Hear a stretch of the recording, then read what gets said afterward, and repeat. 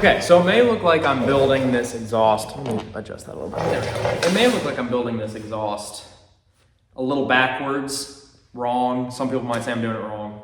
And I probably am. But let me explain to you my thought process. So here's my, here's the pipe that I got, okay? It's 3 foot, 3.5 inch diameter. This end, which is the end that you would typically put a clamp on and clamp to things, that is the exact same diameter as my muffler. So where that poses an issue is obviously the only way that I could make this end connect to my muffler is with a band clamp that goes around all of it. Now if you look, there's a little flare. This end will fit just inside my muffler, which is cool. But this diameter actually matches the diameter that I have on a band clamp that I originally had before these flex joints and all this stuff. So, band clamp is it's gonna go muffler, clamp, and then here's where it gets goofy. That same flare is on the turnout. So, the way I'm doing it, that don't work. That don't work. It's like docking, but it's exhaust. Anyway, that's not gonna work. It would work this way, but that would be too easy. And I'm not about easy, apparently. So, this way, when this is all welded together, this will be all one piece. The muffler and the collector will be a separate piece. So basically each side of my exhaust is gonna be a 2-piece deal. I'm gonna make hangers for this and make it nice and mounted and all that stuff so I don't have to worry about it ting, ting, ting, ting, ting, ting down the road, you know? So, anyways, going to get these tacked together and then I will go ahead and all the way around. But got a new tank of argon. I ran out doing one of those collectors so the welds look like crap, but it holds. New tank of argon, got a new regulator, and I'm sitting pretty good. So, weld this up, get both sides done. The real struggle is going to be making sure they're the same length. So these pieces on each side are gonna be the same length. I'm not doing anything with these. Where I'm gonna get my length difference is from the collector to the flex joint to the muffler. So I need to make sure that's all the same length.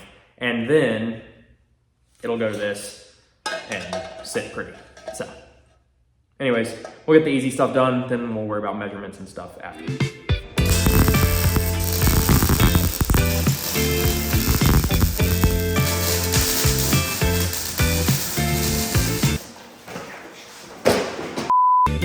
Okay, so I got them all welded up. I actually got them placed in position. So if, I gotta have the old tractor flat. No, I'm kidding. I'm totally kidding. It's staying under the truck. But fun fact, this truck did have a stack at one point. It didn't have a bed on it, and it actually had 33-inch mud tires, front and rear, and it had a small stack. The exhaust dumped right here, and I was like, screw it. I'm gonna turn it and point it straight up. But either way, I thought it'd be funny to be like, oh, look, a stack. Anyway, yeah, got this one all finished up for the most part. I'm still grinding it down because I want it to be smooth, kind of like this one over here. If you look, I got it all ground nice and smooth, and you can hardly tell where the seam is. Got my hanger welded to it, but I think it looks really dang good. That side's gonna be hidden, and then the exhaust. This is the driver's side. It's gonna come out pretty much right in front of the leaf spring hanger. But no, I'm really happy with it. Just gotta wait for my grinder battery to be charged so I can finish this one up and get it mocked up. And I need to make the collector for the passenger side. But once that's done, this will fly together. Okay, so I got my muffler off now. I got my flex joint, if you wanna call it that. I'm gonna go ahead and marry that. Not quite off center like that, but a little bit more like that. But anyway, gonna get those welded together. And then I have to make it match. So with that, I'm gonna get this all welded, and then I need to figure out how much I need to cut my collector at. That way my mufflers are in the same spot, and then the exhaust ends at the same spot on the back of the truck. It's really not that big of a deal. If it's an inch or so off, it's not really gonna be noticeable, but my OCD self needs to make sure it looks good. So step one, marrying that to that, and then we'll go from there. Aside from telling where I can stop and start and stop and start to rotate the pipe, I'm really happy with this. I think it looks really good. Like I said, there's some slag from where it started and stuff, but I'm super happy with that and stoked with, I mean, obviously I'm not a perfect welder yet, but I'm really stoked with how this is coming out, and I'm really glad I'm learning how to weld and make it look decent and not have to spend 3 hours with a grinder and sanding that up. Either way, happy with that. Once this cools off, emphasis on cools off, I already got burnt. I'm gonna throw it on the other side, measure stuff, see how it lines up, and then go from there. I got the collector off, got it cut to close enough length, and I also got it marked. Since I don't have V-bands to where I can twist and rotate the pipe however I like, I have it marked because I think it looks cool that it says Dynamax right there on the side. I don't know.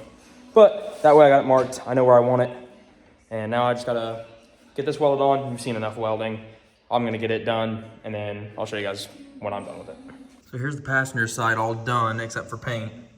And now, since I have this little flex joint, the engine and headers can vibrate and shake and twist, and this should allow the exhaust to be solid mounted, which it is. I made a little tie back there and welded it to the pipe, and then this little band clamp, I ran a little piece of metal from it to the frame, and I mean, it's on there. But if it starts causing problems and stuff starts cracking or this comes off or whatever, then I know I can't have it completely hard mounted and I'll figure something else out. But that joint should allow for vibration and shouldn't cause any problems. Keyword is shouldn't. But either way, it's looking really good. This side's completely in, except no gasket because I have to take it apart anyway to paint it. But once it's painted, I'm done. You can see the other side over there. I got them pretty evenly spaced, so I'm stoked. But yeah, just about done.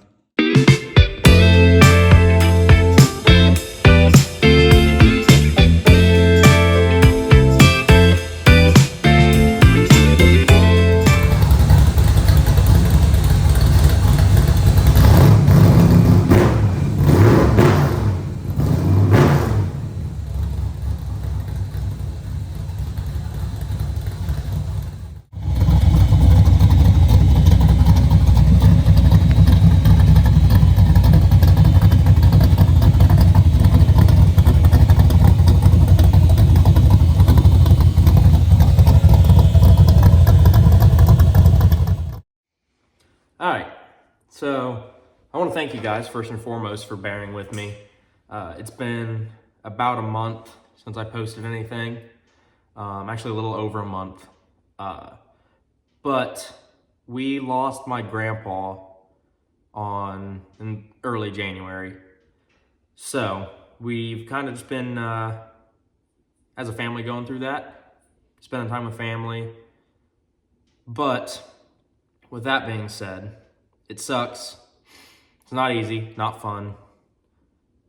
But even in his obituary, it ended by saying, in honor of him, make a friend, tell a story, tease a friend. And with that, I figured with this being an exhaust video, I would share a funny little story about him. So back, if I had to guess, I would say in the 60s. 60s or early 70s. He had a Corvair, which some of you know is already voted like one of the more dangerous cars because of the weight and the balance of the car. But anyway, he had this Corvair and it had dual pipes all the way out to the rear, shot straight out. And this car was well known in this little town that we're from for shooting flames out the tailpipe, 2 foot, 3 foot. It would just shoot these fireballs and everyone was like, that's sick. We see it nowadays at car meets. Somebody shoots a fireball, like, oh, that's cool. But anyways, this was the 60s and it was cool back then. So one night in this little town, the Corvair is parked in this alley and the back end of it's hanging out just a little bit and it's sitting there idling, but it doesn't sound rowdy. It's not super loud or anything like that. Well, this little old lady goes walking right behind the car, and when she's smack dab in the center of this car, tailpipes on each side, 2 fireballs come flying out of that exhaust. She's freaking out. Kane goes flying in there. She's like, oh my gosh, whatever. Well, next day, local cop went by the name Tiny. He was a big dude. My grandpa thought it was funny to call the giant cop Tiny. Either way, Tiny goes up to my grandpa and he's like, Ray, I didn't talk to you about something. I know what you did the other night. My grandpa's like, I don't know what you're talking about, man. Like, I don't know what you're talking about.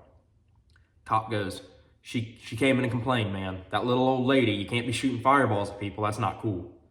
You know, kind of giving my grandpa an ultimatum, right? Like, hey, can't be doing this. I know it was you, blah, blah, blah, blah. My grandpa goes, well, Tiny, when was this? When did this happen? Now, I can't remember the name or the day, so I'm just going to make them up. But Tiny goes, it was last Saturday. My grandpa goes, well, I didn't have the car. Old Troy had it the other day. So then Tiny had to go deal with Troy. Like I said, I don't know if that was his name, but that's how the story went. And it's just, yeah. Either way, he had stories for days and a lot of reruns, if you know what I mean. So, but with that being said, he also had a Chevelle, and I'll put a picture of it on here. But I've always wanted to build a replica of that, and I wanted to do it, obviously, before he passed away so he could see it. Obviously, that goal isn't going to be able to happen. But that doesn't mean I can't still build it because of him. I think he would still think it's cool. So one of these days, I'm going to build me a Chevelle.